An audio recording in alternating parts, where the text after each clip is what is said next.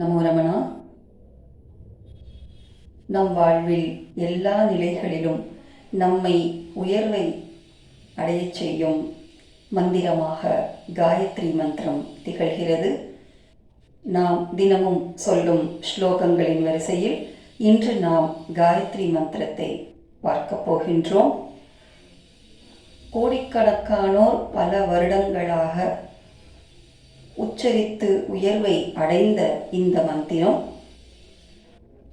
ஒளிக்கடவுளை பிரார்த்திக்கும் ஒரு மந்திரமாக திகழ்கிறது.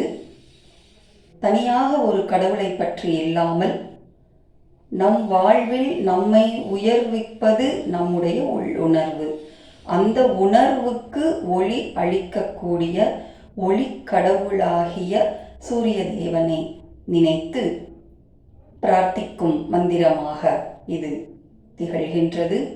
அந்த உள் ஒளியை உணர்வை விழிக்கச் செய்யுமாறு இந்த மந்திரம் திகழ்கின்றது. நாம் இப்பொழுது மந்திரத்தை பார்க்கலாம். ஓம் பூர்புவஸ்வஹ தத்சவிதுர்வரேண்யம் பர்கோ தேவஸ்ய தீமஹி தியோ யோ நः பிரச்சோதயாத்.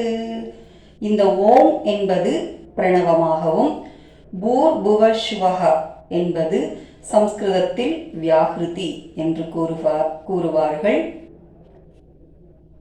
தத்சவிதுர்வரேண்யம் தியோ யோ நः பிரச்சோதயாத் என்பது சாவித்ரி என்று அழைக்கப்படுகின்றது. இந்த பிரணவம், வியாஹ்ருதி, சாவித்ரி இந்த மூன்றும் சேர்ந்ததே காயத்ரி மந்திரம் என்று அழைக்கப்படுகின்றது.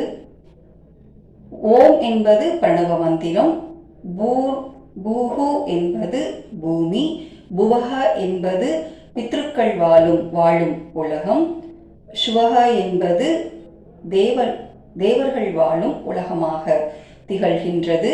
யார் நமது பர்கோ தேவஸ்ய தீமஹி என்றால் நம்முடைய பர்கஹ என்றால் அந்த ஒளியை, பிரச்சோதயாத் என்று தூண்டப்படுகின்றார்களோ, தியோ யோ நः பிரச்சோதயாத் அந்த ஒளிக்கடவுளை தூண்டச் செய்யுமாறு எனக்கு அருள் புரிவாயாக என்பது இந்த மந்திரத்தின் பொருள்.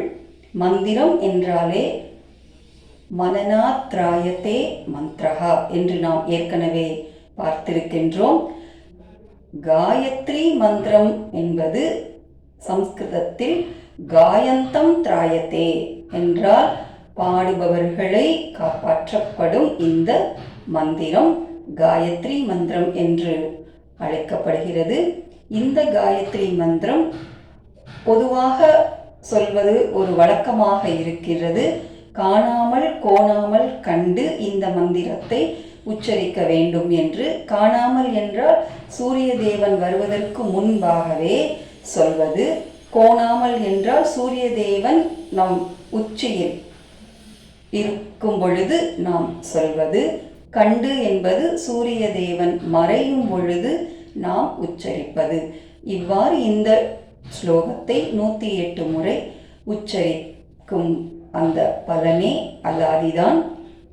இந்த உயர்வான காயத்ரி மந்திரத்தை நாம் தினமும் சொல்லி உயர்வை அடைவோமாக. நன்றி.